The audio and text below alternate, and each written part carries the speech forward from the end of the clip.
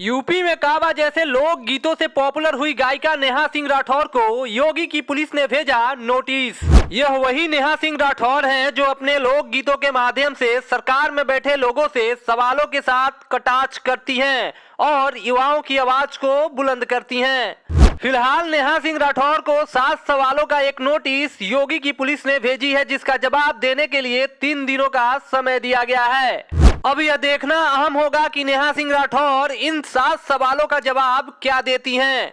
आगे हम आपको इस वीडियो में सब कुछ दिखाएंगे और बताएंगे भी। इससे पहले पूरा मामला बता देते हैं। कुछ ही दिन पहले नेहा सिंह राठौर ने यूपी में काबा सीजन 2 नामक शीर्षक के साथ एक वीडियो अपलोड किया था, जिसमें अपने गाने के माध्यम से कानपुर अग्निकांड पर शासन प्रशासन पर कटाक्ष किया था। अरे बाबा के दरबार बार ढहत घर बार बा, माई बेटी के आग में झोंकत यूपी सरकार बा काबा।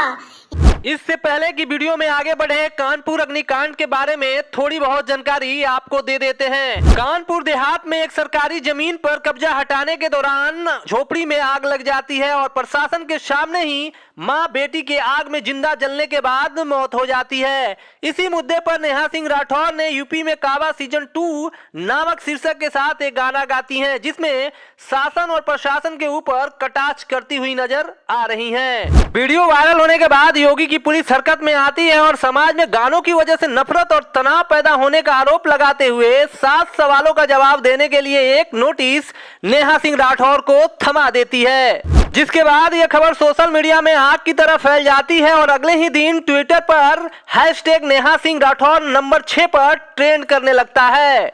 लोग इस मुद्दे को लेकर सोशल मीडिया में तरह तरह के विचार दे रहे हैं। कुछ लोग समर्थन में बुलडोजर की सरकार को कटघरे में खड़ा कर रहे हैं, तो कुछ लोग नेहा सिंह राठौर को ट्रोल भी कर रहे हैं। अब यह देखना अहम होगा कि नेहा सिंह राठौर इस नोटिस का जवाब क्या देती हैं। वही एक खबर यह भी आ रही है कि नेहा सिंह के पति हिमांशु सिंह को दृष्टि संस्थान से बाहर निकाल दिया गया है। यह जानकारी खुद हिमांशु सिंह ने अपने फेसबुक अकाउंट पर लिख कर दी है।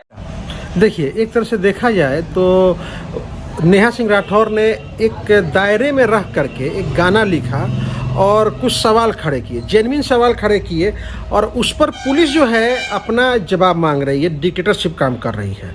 तो सबसे पहली बात ये है कि ये केवल वही नहीं हो रहा है, ये अपने बिहार में भी होता है और कई जगहों पे होता है कि जब भी पुलिस को कोई आदमी उसको कटघरे में खड़ा करने की कोशिश करता है तो पुलिस के अहम को ठेस लगती है, जबकि होना यह चाहिए कि कोई अपराधी अपराध का अंजाम देता है तब पुलिस को इस बात को ईगो पे लेना चाहिए और ईगो पे लेकर के अपराधी को सलाखों के पीछे डालना चाहिए। ये सब काम छोड़ करके कोई आदमी जब उनके कमियों की ओर सवाल खड़ा कर रहा है तो उसे ईगो पे लेकर के उसको घेर रहे हैं किसी तरीके, ताकि उनका मनोबल गिरे। अभिव्यक्ति की आज़ादी हमारे संविधान से मिला हुआ है। नेहा सिंह राठौर ने जो भी गाना लिखा है अभिव्यक्ति के आज़ादी के तहत आता है वो, और किसी तरफ से गलत नहीं है। कहा जा रहा है कि भाई आप एक ही व्यक्ति विशेष एक ही सरकार के खिलाफ घेर रहे हैं। अरे भाई, वो तो है यूपी में। जब यूपी में है तो यूपी में सरकार किसकी है? तो जिसकी सरकार है उस तो घेरेंगे ही। हमारे यहाँ बिहार में काबा जब गाना गाया था इलेक्शन टाइम पे, तो उन्होंने तो आरजेडी को भी कटघरे में किया था।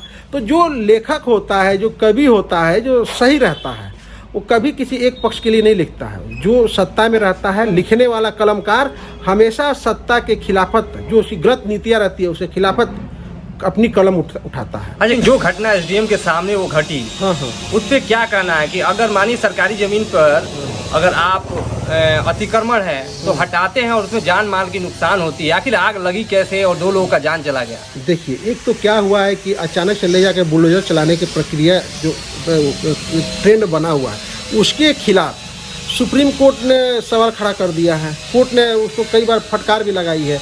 ये अधिकारी अपना डिक्टेटरशिप दिखाने के लिए अपनी न्यायिक प्रक्रिया पूरी करने के बजाय, अपनी कानूनी प्रक्रिया पूरी करने के बजाय एक डिक्टेटर दिखा करके तुरंत एक्शन ले करके अपना गुड गवर्नेंस का एक रूप दिखाना चाहता है, जबकि गुड गवर्नेंस नहीं है। कोई अतिक्रमण एक दिन में तो होता नहीं है, वो धीरे धीरे होता है, और पूरा अतिक्रमण प्रशासन के बिना सहयोग के नहीं होता है, सब प्रशासन की मिलीभगत से ही होता है। जब अतिक्रमण हुआ है, धीरे धीरे हुआ है, तो उसको उसकी कानूनी प्रक्रिया है, कोर्ट में और एसडीएम कोर्ट में उसका वाद चलता है, अतिक्रमण के खिलाफ एक वाद चलता है, वाद की प्रक्रिया पूरी करके हटाई जाए। तो उन्होंने ऐसा वाद की प्रक्रिया पूरी करके हटाने का काम किया है क्या? ये सवाल तो उन पे ही उठता है।